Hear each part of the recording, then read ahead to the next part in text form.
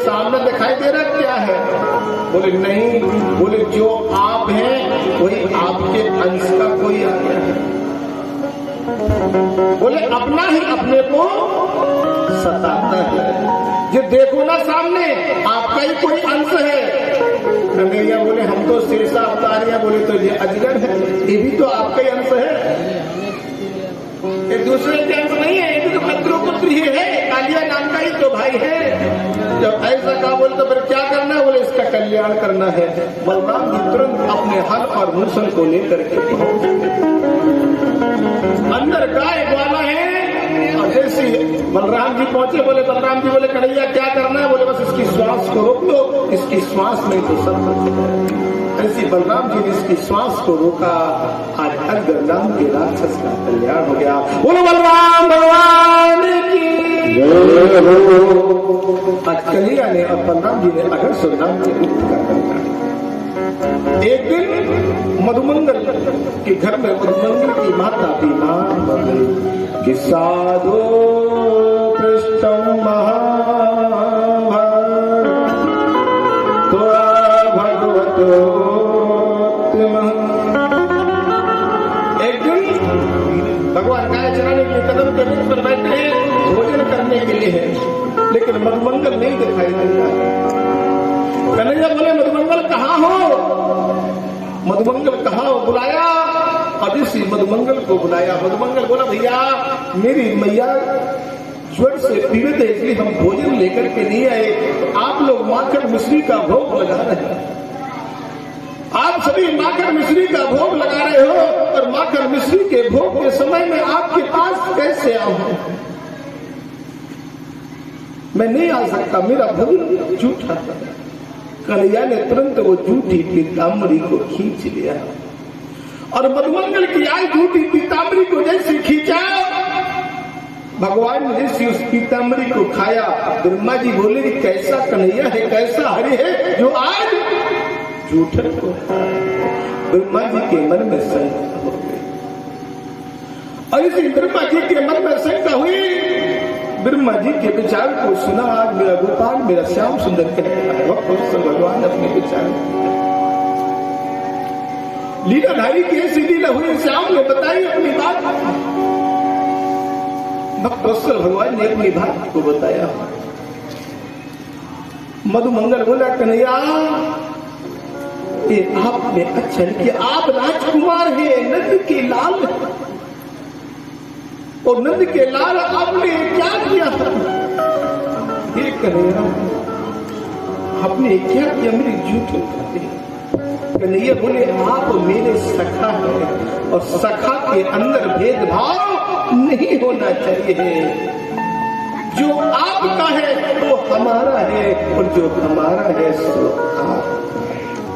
सखा के अंदर भेदभाव नहीं होना चाहिए। जब ऐसा मेरे गुरु ने कहा, मधुमंगल रोने लगा कन्हैया मैं एक जीव हूं और आप एक ब्रह्म हैं, मैं एक सेवक हूं और आप एक राजकुमार हैं। मैं कैसे कहूं? मैं घर जाऊंगा तो मैया मुझसे पूछेगी कन्हैया को तुमने 3 दिन की रखी हुई वो पीताम्बरी खिलाते हैं, तुमने वो 3 दिन की पीताम्बरी खिलाती, मैं क्या जवाब दूंगी? मैं क्या जवाब दूंगी? जब ऐसा मेरे पास में परमात्मा जगदीश सरीश्वर ने कहा, गोविंद की वो अद्भुत लीला है। ब्रह्मा जी कह रहे कि देखो एक जीव रो रहा है, जीव के साथ में कन्हैया भी रो रहे हैं, पीताम्बरी को सीता माँ की आज इस समय वो कहीं खाई। ब्रह्मा जी तो परीक्षा लेने के लिए आज सारी गायों की चोरी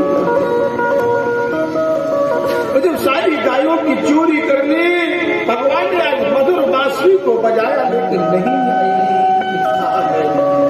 गजब की बांसुरी बजती मुरलीधर कलिया, करूं तारीफ मुरली या मुरलीधर कन्हैया।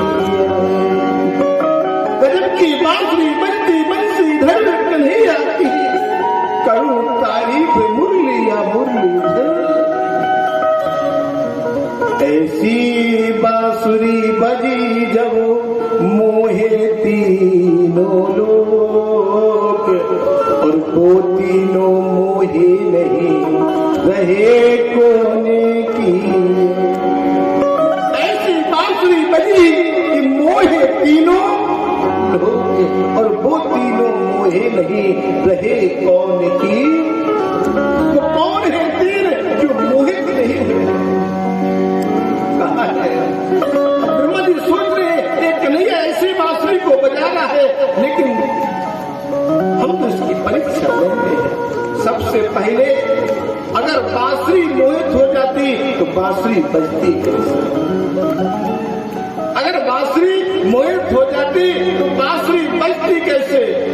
और बांसुरी बजाने वाला अगर मोहित हो जाता तो बांसुरी बजाता कैसे? और बांसुरी के सुर अगर मोहित हो जाते तो सुर निकलते कैसे? तीन मोहित नहीं थे। ये तो बात साधारण है, लेकिन वेदांत की बात क्या है, अध्यात्म की बात क्या है, उसको समझे। सबसे पहले संत मोहित नहीं होता है। जो संत अगर मोहित हो जाएगा तो फिर वो संत नहीं। सूर्य कभी मोहित नहीं होता है, अगर सूर्य मोहित हो जाएगा तो प्रकाश कैसे करेगा? संत मोहित नहीं होगा, सूर्य मोहित नहीं होगा, और जो सती है वो मोहित नहीं होगी। अगर सती मोहित हो गई तो उसका सत्व नष्ट हो जाएगा, और संत मोहित हो गया तो संत की भक्ति भी बेकार हो जाएगी, और सूर्य मोहित हो गया तो फिर प्रकाश नहीं दे पाएगा। एक तीन मोहित नहीं है।